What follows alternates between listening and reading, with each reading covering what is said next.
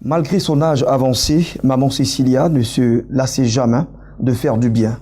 Sa générosité, sa facilité, son don de soi étaient maintenant reconnus de tous, au point que l'on l'a appelée marraine du village.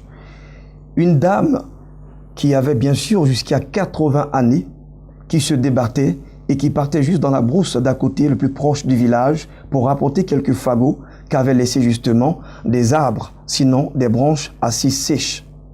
Et bien sûr, elle rapportait pour faire le feu dans la grande concession où il y avait une quarantaine d'enfants. Ces enfants, on les retrouvait en tant qu'orphelins. Pour d'autres, c'est des enfants justement qui n'ont jamais connu le père. Mais maman Cécilia, pour son cœur, elle n'a jamais connu de maternité, mais ses enfants étaient pour elle, bien sûr, le plus grand trésor qu'elle n'aurait jamais eu si elle ne leur donnait pas l'éducation qu'elle a pu donner. Les jours comme certainement les fêtes de mère, finalement, elle se retrouvait avec beaucoup de présents. C'était dû à son cœur qu'elle a sémé pendant toute sa jeunesse à offrir aux enfants des autres sans penser à elle.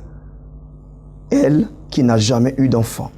Mesdames et messieurs, je veux donc par cette émission, sinon cette introduction, souhaiter la bonne fête à toutes les mamans et rappeler qu'une mère n'est pas seulement celle-là qui connaît la maternité, mais celle-là qui a un cœur pour offrir certainement à un enfant, même si celui de ce dernier n'est pas son fils. Finalement, elle a été appelée maman distinguée. C'est par ce nom que l'on finalement a connu maman Cécilia. Encore bienvenue à Midi d'Afrique, un peu lourd, hein, mais nous sommes arrivés parce que présenter cette histoire, cette belle histoire, c'est pour dire encore à cette maman qui cherche un enfant que avant d'avoir ton fils, il faut d'abord penser au fils des autres. Et c'est aussi important par cet acte de générosité. Bonne fête à vous tous. Et sans plus tarder, on va partir pour parler de comment préparer la Pentecôte, c'est important, avec notre pasteur, le révérend pasteur Victor Kwasi, sans transition musicale. À tout de suite.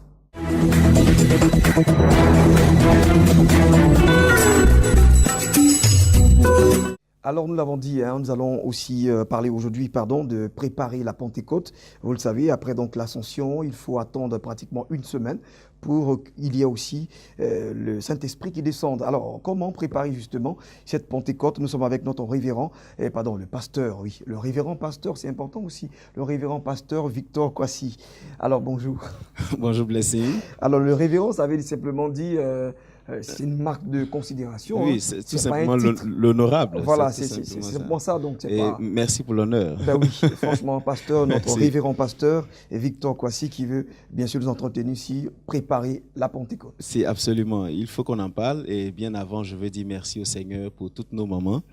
Et une mère, ce n'est pas celle qui a donné naissance à quelqu'un, c'est celle qui est une femme et qui vit bien sa féminité dans le Seigneur.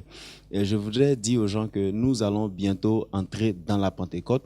Nous sommes là pour rappeler à nos frères que nous ne voulons pas que les saintes fêtes soient fêtées comme les autres fêtes que nous avons imaginées sur la terre, parce que la Pentecôte devrait nous rappeler la venue de Christ, la venue du Saint-Esprit, que Christ nous a promis avant son départ. Je dirais que le chrétien n'a pas encore mesuré véritablement l'importance du Saint-Esprit dans sa vie.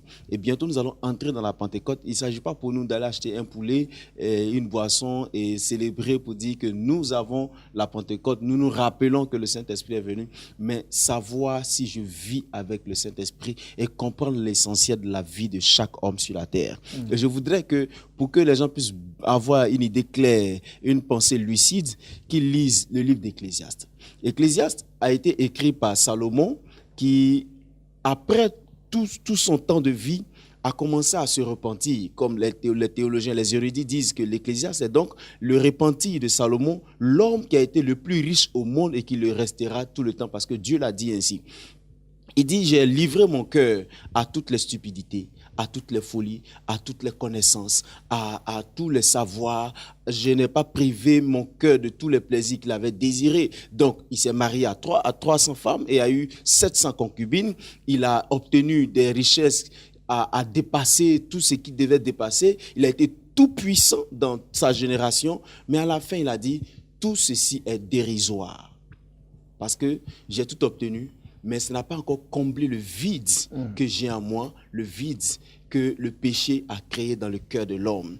Et le Seigneur, avant de partir, donc, a dit, je vous enverrai un autre consolateur, le Saint-Esprit. Et le Saint-Esprit a pour mission de nous consoler d'abord, de nous rafraîchir l'esprit, mais de nous rappeler Christ et de manifester Christ en nous. Aujourd'hui, les gens veulent savoir comment manifester Christ. Pour manifester Christ, c'est simple. Il faut aspirer au Saint-Esprit. La présence du Saint-Esprit est une chose très importante pour dépasser le péché, parce que la Bible dit que le Saint-Esprit nous convainc de péché. Alors, à la Pentecôte, il faut que nous puissions nous rappeler notre position et notre communion avec le Saint-Esprit. Et il dit que c'est vrai que nous aspirons à toutes ces bonnes choses de la terre, mais toutes ces choses sont dérisoires. Et la seule chose qui est éternelle et perpétuelle, c'est la présence du Saint-Esprit qui va nous conduire dans la manifestation de Christ et nous introduire dans la présence de Dieu après avoir quitté l'enveloppe charnelle que nous possédons sur la terre. Important de nous rappeler toujours de Christ. Absolument. Alors, préparer la Pentecôte selon vous, en quelques termes, qu'est-ce que nous retenons exactement? Pour retenir une chose simple, préparer la Pentecôte, c'est comprendre d'abord sa position avec le Saint-Esprit aujourd'hui et savoir que si nous devons nous rappeler la présence, la venue du Saint-Esprit, alors il faudra nous rappeler la communion que nous avons avec lui maintenant et comment nous vivons Christ à travers le Saint-Esprit. Super. En tout cas, révérend pasteur Victor Kwasi, nous sommes toujours très bluffés de vous écouter.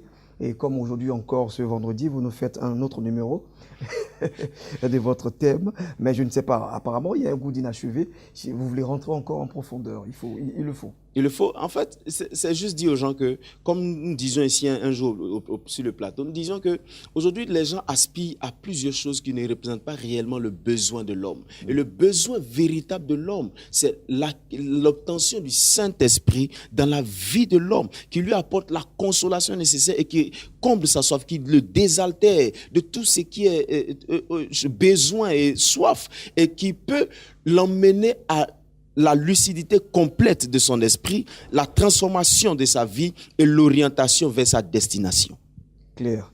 Donc l'obtention de Christ en nous, et justement lorsque Christ vivra en nous, c'est sûr que notre chemin est donc éclairé et notre sentier, tout, et nous partons vers l'accomplissement, comme vous l'avez dit, de la destinée. En tout cas, c'est une très belle chute. Nous retenons ça pour toutes ces personnes qui regardent ce Midi d'Afrique aujourd'hui, ce vendredi, que l'accomplissement de votre destinée soit effectif et que certainement aussi il y ait joie et pour ces mamans, pour tout le monde, à travers cette émission. Merci encore à vous, révérend pasteur Victor Kwasi, même si ça vous gêne, mais je vais le dire, révérend pasteur pour moi. Merci beaucoup. Allez, on va partir maintenant pour le cadre de Espace Annonce.